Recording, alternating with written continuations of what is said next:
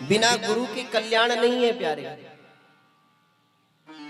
आप कितनी भी पूजा करें, कितना भी पाठ करें, कितना भी हवन करें, कितना भी यज्ञ करें, अनुष्ठान करें, परंतु बिना गुरु के कल्याण नहीं होगा। चाहे वो विधाता ब्रह्मा क्यों ना हो, विधाता विष्णु क्यों ना हो, भगवान शिव क्यों ना हो, गुरु की कृपा की बहुत आवश्यकता होती है। और जीवन में एक ग्रंथ का अवश्य स्वाध्याय करना चाहिए। यहां तक कि आपको साक्षात भगवत दर्शन भी हो जावे, स्वयं परमात्मा भी मिल जावे, और यदि जीवन में गुरु नहीं है तो आपका कल्याण हो नहीं सकता।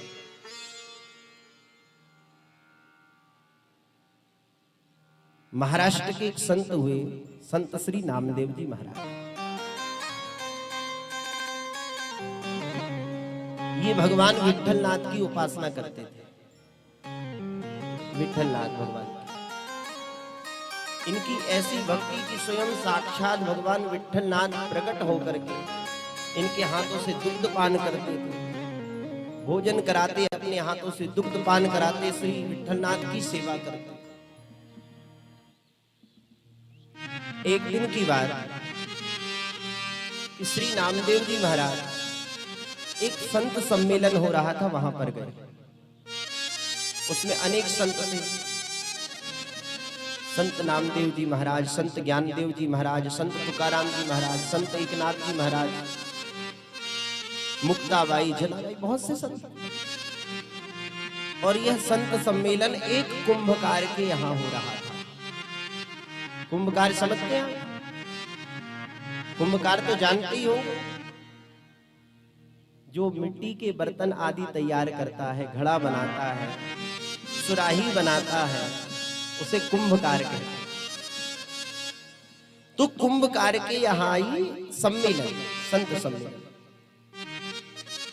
उसी समय एक छोटी सी बच्ची मुक्ताबाई, उसने एक लकड़ी की थापी देखी महाराज। एक थापी होती है कुंभकार के पास, जिस थापी से वो महाराज घड़ी को ठोक ठोक करके देखता है कि कच्चा है या पक्का, इसका परीक्षण करता है। लकड़ी का वो लेता है थापी। ये मुक्ताबाई को पता नहीं क्या सूझी महाराज, और इसने सोचा कि कुंभकार इस थापी से घड़े का परीक्षण करता है, तो मैं भी क्यों ना परीक्षण कर लूं। तो उस थापी को उठा करके महाराज, जितने भी संत वहां पर बैठे थे, सबके सिर पर महाराज ठोकने लगी, कहने लगी कच्चा है क्या पक्का, कच्चा है क्या पक्का। यह दृश्य को देख करके महात्मा भी बड़े मुग्ध हो रहे थे, मुस्कुरा रहे थे कि बेटी ये क्या कर रही है। परंतु नामदेव जी के जब सिर पर ठोका तो नामदेव जी बड़े क्रोधित हो गए।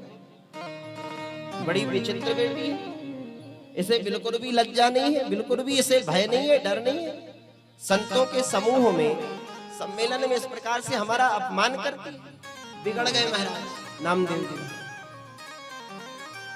इतने बिगड़ गए कि उस सम्मेलन को छोड़ करके ही महाराज मुंह लटका के घर पे आ गए वापस। मुक्ताबाई कहने लगी बाकी सब जो जितने संत थे वो तो सब पक्के थे, ये कच्चा। अब ये सुन करके नामदेव जी महाराज को अच्छा नहीं लगा कि उस अबोध बालिका ने मुझे कच्चा बताया। उदास मुंह लटका के महाराज घर की ओर आ रहे थे। विट्ठलनाथ जी ने जब दूर से देखा, ओहो नामदेव जी। विट्ठलनाथ जी ने कहा कहो नामदेव क्या हुआ, कहां से आ रहे हो, और ये मुंह लटका हुआ क्यों है तुम्हारा। नामदेव जी कहने लगे भगवान मत पूछो, ये बताओ प्रभु आपका मुझे साक्षात्कार हुआ,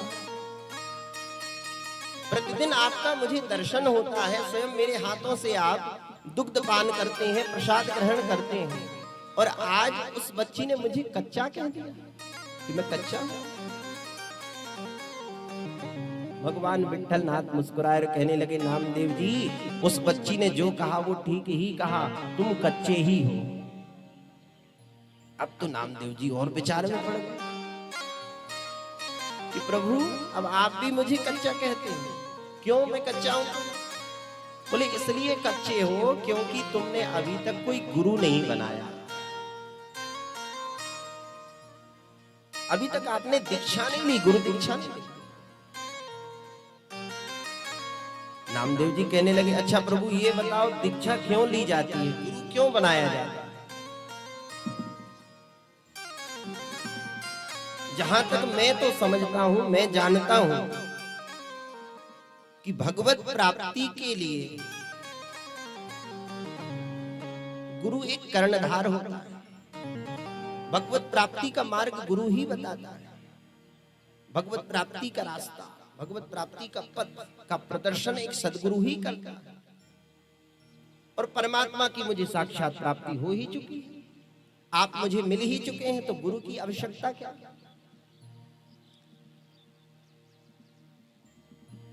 भगवान विट्ठलनाथ जी कहने लगे, देखो नामदेव जी, मैं मिल गया हूं तो क्या हुआ, परंतु मेरे स्वरूप, मेरे बोध, मेरे स्वरूप का बोध, मेरे स्वभाव का बोध आपको नहीं है, मेरे तत्व का ज्ञान नहीं है तुम्हें। एक दिन की बात, भगवान ने एक लीला की। नामदेव जी महाराज कहीं जा रहे थे कि अचानक महाराज एक चांडाल को देखा, स्वपच, जो निम्न जाति का होता है, निम्न श्रेणी का होता है, निम्न योनि का होता है। वह चांडाल महाराज तमाम मरे हुए कुत्तों को कंधे पर लाद करके जा रहा था। एक जगह महाराज सबको इकट्ठा कर लिया, मन में सोच रहा था क्या करूं, किसको खाऊं, किसको काटूं, कहां से लाऊं, क्या करूं। कोई तो दिखा नहीं। महाराज दूर से नामदेव जी दिख गए। ओहो, ये अच्छा तगड़ा है, मस्त है, चलो इसको पकड़ लेता हूं। नामदेव जी की तरफ वह चांडाल दौड़ा। अब तो नामदेव जी महाराज अपनी जान बचा करके भागे। दौड़ते दौड़ते महाराज लंबी लंबी श्वास लेते हुए वापस घर में आए। भगवान विट्ठलनाथ जी ने दूर से देखा, कहो नामदेव जी क्या हो गया? अरे महाराज मत पूछो, आज तो जान की आ गई, आज तो बच गया मैं, नहीं तो मार ही डालता वो। भगवान बोले कौन? अरे वो चांडाल। कौन सा चांडाल? वो पीछे आ रहा है महाराज। भगवान जोर से हंसे। अब तो नामदेव जी को बड़ा बुरा लगा कि मेरी जान की आफत आई है, मेरे प्राण संकट में है और आप तो हंस रहे हो। जब पीछे मुड़ करके देखा है नामदेव जी ने, तो वहां कोई चांडाल नहीं था।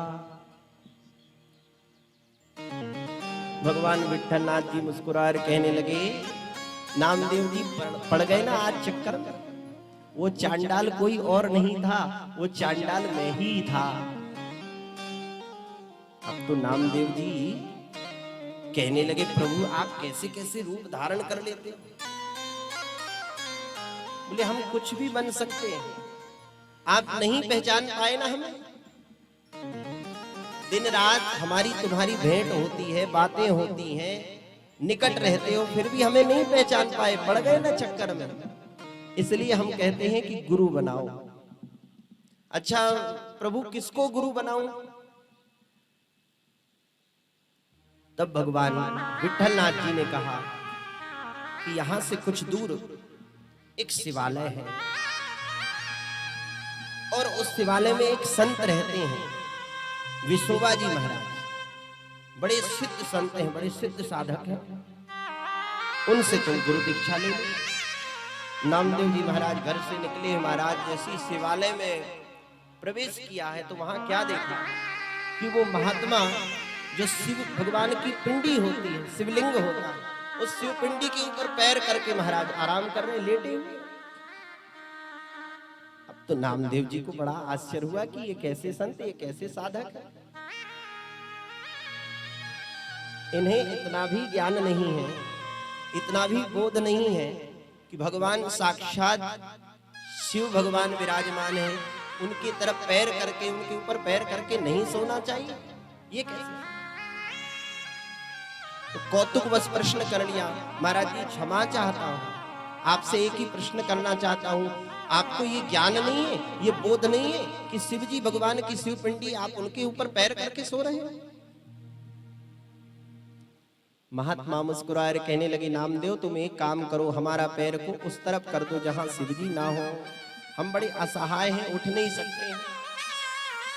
नामदेव जी ने उन महात्मा के संत के पैर पकड़े महाराज, और उस दिशा से दूसरी दिशा में पैर रखे। जहां पैर घुमाते वहीं शिव जी प्रकट हो जाते हैं। अब तो नामदेव जी चक्कर में पड़ गए। बात समझ में आ गई कि यही श्रेष्ठ संत हैं।